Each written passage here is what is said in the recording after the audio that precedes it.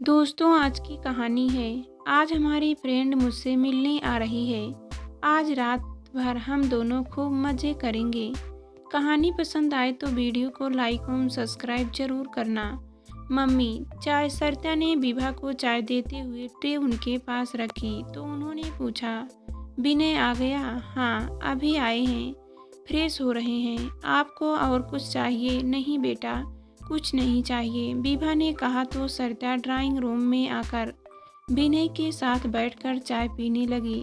विनय ने सरिता को बताया, परसों अखिला आंटी आ रही है, उनका फ़ोन आया था, जाकर मम्मी को बताता हूँ, वे खुश हो जाएंगी। सरिता जानती थी कि अखिला आंटी और मम्मी का साथ बहुत पुराना है। दोनों मेरठ में एक ही स्कूल में वर्षों अध्यापिका रही हैं। विभा तो 1 साल पहले रिटायर हो गई थी। अखिला आंटी के रिटायरमेंट में अभी 2 साल शेष हैं। सरिता अखिला से मेरठ में कई बार मिली है। विभा रिटायरमेंट के बाद बहू बेटे के साथ लखनऊ में ही रहने लगी है। विनय के साथ साथ सरिता भी विभा के कमरे में आ गई। विनय ने माँ को बताया, मम्मी अखिला आंटी किसी काम से लखनऊ आ रही है, हमारे यहाँ भी 2-3 दिन रह कर जाएगी। विभा यह जानकर बहुत खुश हो गई, बोली, कई महीनों से मेरठ चक्कर नहीं लगा, चलो अब अखिला आ रही है तो मिलना हो जाएगा। मेरठ तो समझो अब छूट ही गया। विनय ने कहा, क्यों माँ, यह खुश नहीं हो क्या? फिर पत्नी की तरफ देखकर उसे चिढ़ाते हुए बोला, तुम्हारी बहू तुम्हारी सेवा ठीक से नहीं कर रही है क्या? विभा ने तुरंत कहा, नहीं नहीं, मैं तो पूरा दिन आराम करते करते थक जाती हूँ। सरिता तो मुझे कुछ करने ही नहीं देती। थोड़ी देर इधर उधर की बातें करके दोनों अपने रूम में आ गए। उनके दोनों बच्चे यश और समृद्ध भी स्कूल से आ चुके थे। सरिता ने उन्हें भी बताया, दादी की बेस्ट फ्रेंड आ रही है, वे बहुत खुश हैं। अखिला आई, उनसे मिलकर सब बहुत खुश हुए। सबको उनसे हमेशा अपनत्व और स्नेह मिला है। मेरठ में तो घर की एक सदस्य की तरह ही थी वे। एक ही गली में अखिला और विभा के घर थे। सगी बहनों की तरह प्यार है दोनों में। चाय नाश्ते के दौरान अखिला ही ज़्यादा बातें करती रही, अपने और अपने परिवार के बारे में बताती रही। मेरठ में वे अपने बहू बेटे के साथ रहती है।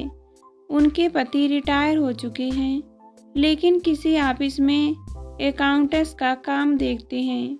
विभा कम ही बोल रही थी। अखिला ने उन्हें टोका, विभा तुझे क्या हुआ है, एकदम मुरझा गई है। कहाँ गई वह चुस्ती फुर्ती, थकी थकी सी लग रही है। तबीयत ठीक नहीं है क्या? मैं बिल्कुल ठीक हूँ, तुझे ऐसे ही लग रहा है, विभा ने कहा। मैं क्या तुझे जानती नहीं? दोनों बातें करने लगी तो सरिता डिनर की तैयारी में व्यस्त हो गई। वह भी सोचने लगी कि मम्मी जब से लखनऊ आई है बहुत बुझी बुझी सी क्यों रहने लगी है। उनके आराम का इतना तो ध्यान रखती हूँ मैं। हमेशा माँ की तरह प्यार और सम्मान दिया है उन्हें, और वे भी मुझे बहुत प्यार करती हैं।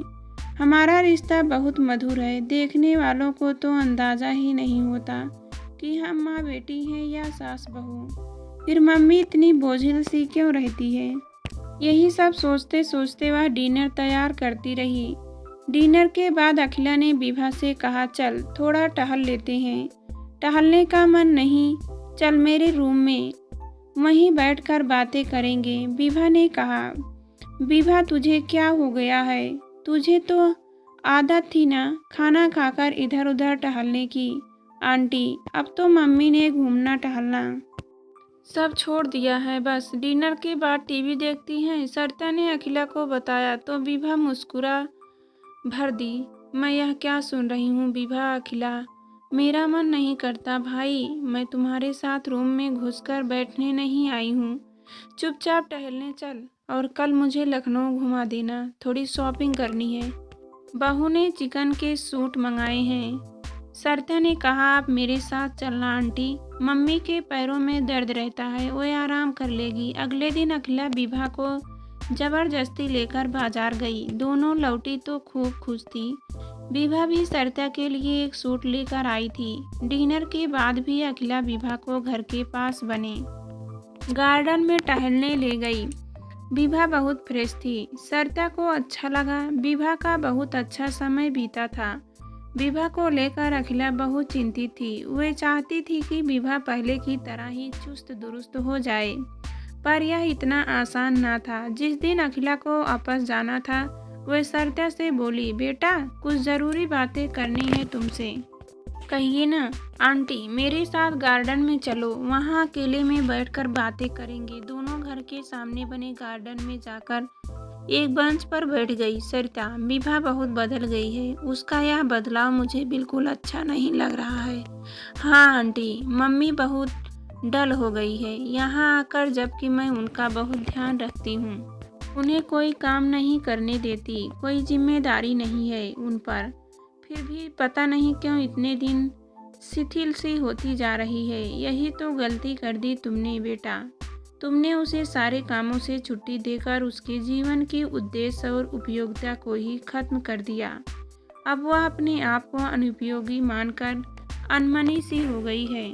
उसे लगता है कि उसका जीवन उद्देश्यहीन है। मुझे पता है तुम तो उसके आराम के लिए ही सोचती हो, लेकिन हर इंसान की ज़रूरतें इच्छाएं अलग होती हैं। किसी को जीवन की भागदौड़ के बाद आराम करना अच्छा लगता है, तो किसी को कुछ काम करते रहना अच्छा लगता है। विभा तो हमेशा से ही बहुत कर्मठ रही है। मेरठ से रिटायर होने के बाद भी वह हमेशा किसी न किसी काम में व्यस्त रहती थी। वह जिम्मेदारियां निभाना पसंद करती है। ज़्यादा टीवी देखते रहना तो उसे कभी पसंद नहीं था। कहती थी सारा दिन टीवी वही बड़े बुजुर्ग देख सकते हैं जिन्हें कोई काम नहीं होता। मेरे पास तो बहुत काम है और मैं तो अभी पूरी तरह से स्वस्थ हूँ। जीवन से भरपूर अपने आप को किसी न किसी काम में व्यस्त रखने वाली अब अपने कमरे में चुपचाप टीवी देखती रहती है। विनय जब 10 साल का था, उसके पिताजी की मृत्यु हो गई थी। विभा ने हमेशा घर बाहर की हर जिम्मेदारी संभाली है। वह अभी तक स्वस्थ रही है। मुझे तो लगता है किसी न किसी काम में व्यस्त रहने की आदत ने उसे हमेशा स्वस्थ रखा है। तुम धीरे धीरे उस पर फिर से थोड़े बहुत काम की जिम्मेदारी डालो, जिससे उसे लगे कि तुम्हें उसके साथ की उसकी मदद की ज़रूरत है। सरिता, इंसान तन से नहीं मन से बूढ़ा होता है। जब तक उसके मन में काम करने की उमंग है, उसे कुछ न कुछ करते रहने दो। तुमने आप आराम कीजिए, मैं कर लूँगी कहकर उसे एक कमरे में बिठा दिया गया है। जबकि विभा के अनुसार तो जीवन लगातार चलते रहने का नाम है। उसे अब अपना जीवन ठहरा हुआ गतिहीन लगता है। तुमने मेरठ में उसकी दिनचर्या देखी थी ना। हर समय कुछ न कुछ काम, इधर से उधर जाना, टहलना, घूमना, कितनी चुस्ती थी उसमें। मैं ठीक कह रही हूँ ना बेटा? हाँ आंटी, आप बिल्कुल ठीक कह रही हैं। मैं आपकी बात समझ गई हूँ। अब आप देखना, अगली बार मिलने पर मम्मी आपको कितनी चुस्त दुरुस्त दिखेगी। अखिला मेरठ वापस चली गई। सरिता विभा के कमरे में जाकर उन्हीं के बेड पर लेट गई। विभा टीवी देख रही थी। वह चौंक गई। क्या हुआ बेटा?